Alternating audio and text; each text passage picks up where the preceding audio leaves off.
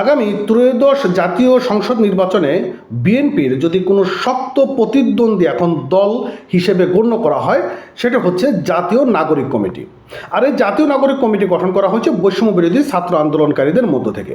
আপনারা জানেন যে বর্তমান সময় তরুণরা তারা যেভাবে আওয়ামী লীগ এবং বিএনপি তাদেরকে অপছন্দ করা শুরু করে দিয়েছে, আগামী জাতীয় নির্বাচনে এদের জন্য একটা বড় পজিটিভ দিক কিন্তু তৈরি হতে পারে।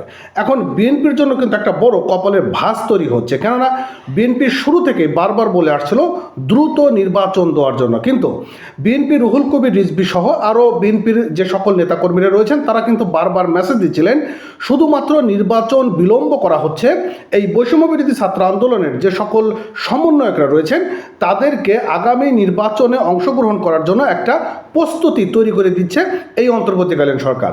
এখন তাদের যে একটা চিন্তা ছিল বা তারা যে একটা ধারণা করেছিল সেই ধারণাই কিন্তু এখন সত্য হতে যাচ্ছে। এখন সার্জিস হাসনাতরা কোন আসনে তারা নির্বাচন অংশগ্রহণ করতে যাচ্ছে এবং আগামী নির্বাচনে কোন কোন আসনে তারা প্রতিদ্বন্দ্বী করবে, চলুন আমরা কালের কণ্ঠের একটি নিউজ থেকে আমরা বিষয়টি জেনে আসি। বলা হয়েছে যে ত্রয়োদশ জাতীয় সংসদ নির্বাচনের লক্ষ্যে তরুণ ও যুব সমাজকে সংগঠিত করার কাজ চালিয়ে যাচ্ছে জাতীয় নাগরিক কমিটি এবং বৈষম্য বিরোধী ছাত্র আন্দোলন। জাতীয় নাগরিক কমিটি এবং বৈষম্য বিরোধী ছাত্র আন্দোলন উদ্যোগে চলতি মাসেই নতুন দল আত্মপ্রকাশ হতে পারে বলে জানানো হয়েছে। এতে জুলাই গণ অভ্যুত্থানে অংশগ্রহণকারী শিক্ষার্থী এবং তরুণদের একাংশ যুক্ত হবে বলে জানা গিয়েছে।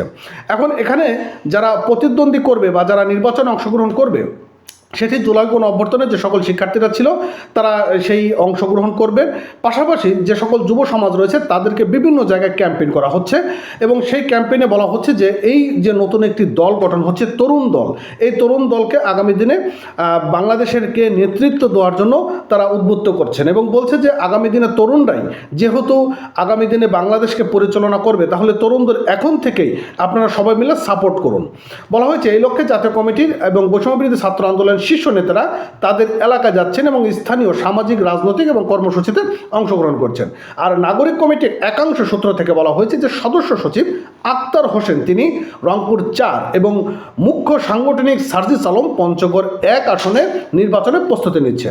আর বৈষম্য বিরোধী ছাত্র আন্দোলন আহ্বায়ক হাসনাত আবদুল্লাহ কুমিল্লা 4 আসন থেকে ত্রয়োদশ জাতীয় সংসদ নির্বাচনে প্রতিদ্বন্দ্বিতা করতে পারে এবং বৈষম্য বিরোধী ছাত্র আন্দোলনের মুখ্য সংগঠন আব্দুল হান্নান মাসুদ নোয়াখালী 6 আসন থেকে নির্বাচনে তারা অংশগ্রহণ করতে পারে।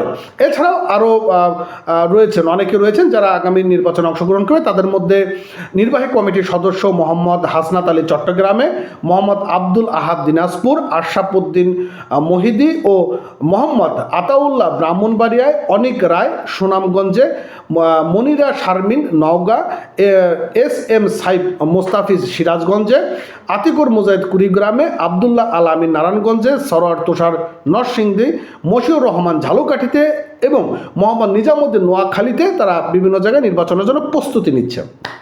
এখন এই যে তারা নির্বাচনের জন্য প্রস্তুতি নিচ্ছে, তারা এই নির্বাচনের অর্থ আসলে কোন জায়গা থেকে সংগ্রহ করছে, তাদেরকে কেউ ডোনার রয়েছে কিনা যে তাদেরকে নির্বাচনের জন্য বিভিন্ন জায়গায় খাত থেকে তাদের নির্বাচনের টাকাগুলো এখানে দিচ্ছে। তো যাই হোক, আসলে মূলত আগামী দিনে মূল যে বিষয় সেটা হচ্ছে বিএনপির জন্য আওয়ামী লীগ এখন কোনো প্রতিদ্বন্দ্বী নয়। এখন বিএনপির জন্য সবথেকে বড় প্রতিদ্বন্দ্বী হয়ে দাঁড়িয়েছে এই ছাত্র সমাজের নতুন দল গঠন করা নাগরিক কমিটি। তো দেখা যাক আসলে মূলত কি হতে যাচ্ছে এবং আগামী দিনে নির্বাচনে কতটুকু অংশগ্রহণমূলক নির্বাচন হতে পারে এবং কত পার্সেন্ট মানুষ ভোট কেন্দ্রে যায়, পাশাপাশি কতটুকু প্রতিদ্বন্দ্বী হতে পারে, কি পরিমাণ প্রতিদ্বন্দ্বী হতে পারে সেটা আমরা আগামী দিনগুলোতে জানতে পারবো। তো ভালো থাকেন, নতুন হলে অবশ্যই চ্যানেলটি সাবস্ক্রাইব করবেন এবং পেজটি ফলো করবেন।